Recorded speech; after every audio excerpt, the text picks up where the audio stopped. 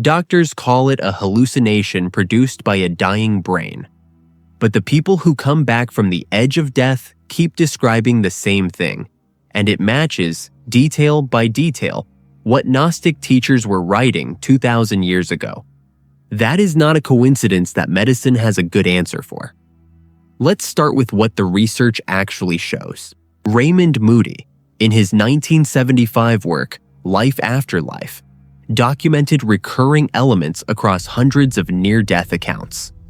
The sensation of leaving the body, moving through a dark tunnel, encountering a boundary, experiencing a light of overwhelming intelligence, and receiving a kind of knowledge, not information delivered in words, but direct, total, undeniable understanding.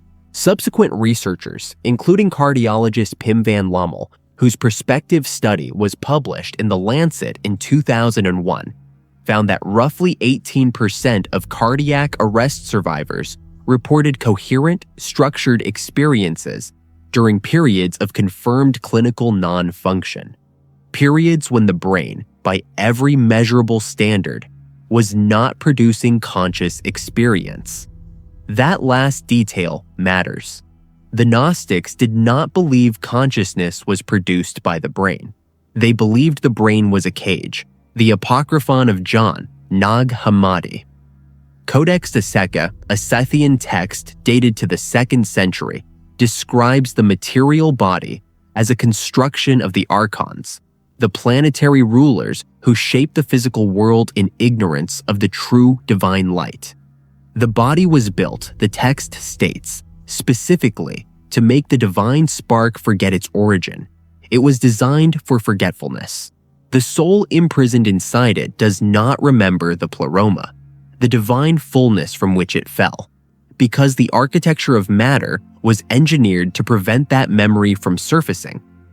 Now consider what near-death experiencers consistently describe the moment they leave the body: a sudden, overwhelming sensation of remembering, not learning something new, remembering something they always knew but could not access while inside the body. The distinction is critical, and it is the same distinction the Gnostics made between pistis, faith, belief, the acceptance of information from outside, and gnosis, the direct interior recognition of something already present within the self. The experiencers do not say they were taught. They say they remembered. The tunnel is the next convergence point, and it is a strange one.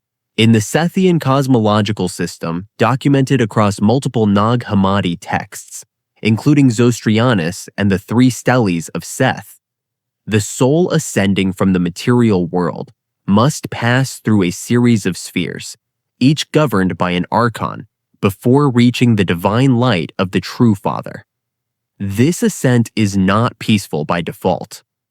The soul must possess the passwords, the seals, the gnosis. Otherwise, the archons at each sphere turn it back, and it falls again into matter. The ascent is guarded. Now, not all near-death experiencers describe their journey as obstructed. Most describe a passage that felt like return, but a significant subset, documented in the research literature and in collections such as those compiled by Kenneth and Sharon, describe encountering presences at the boundary that seem to evaluate whether the soul should pass. Some describe being turned back. The language is different. The structure is the same. The being of light is where the convergence becomes most difficult to explain away. Near-death experiencers across cultures, languages, and religious backgrounds describe an encounter with a luminous intelligence that communicates without words, knows them completely, does not judge them in the punitive sense, but shows them the totality of their life with perfect clarity.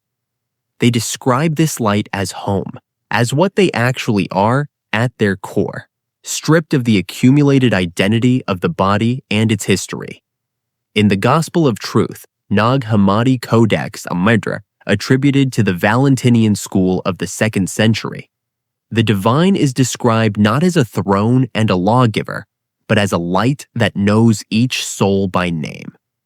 The text speaks of the pleroma as a place of total mutual recognition, where there is no ignorance, no separation, no forgetting. The Father, in the gospel of truth, does not judge the lost soul. He illuminates it, and the soul recognizes itself in that illumination. The language near-death experiencers use to describe the being of light. It knew me completely. It showed me what I really was. I felt no shame, only recognition, is not a paraphrase of the gospel of truth. It is functionally the same experience described in a different century. There is one more parallel that the Gnostic tradition would find significant, and that researchers like Ring have documented extensively: the life review. The experiencer sees not just the events of their life, but the felt impact of those events on every person they touched. They feel what others felt because of their actions, not as punishment, as information, as the dissolution of the illusion of separation that the material world maintains so effectively. The Hypostasis dos Archontes, Nag Hammadi Codex, 2nd, describes the archontic world as one built on a principle of division and separation. The material cosmos keeps souls from knowing what they truly are to each other. The gnosis that liberates is precisely the recognition that the separation was never real.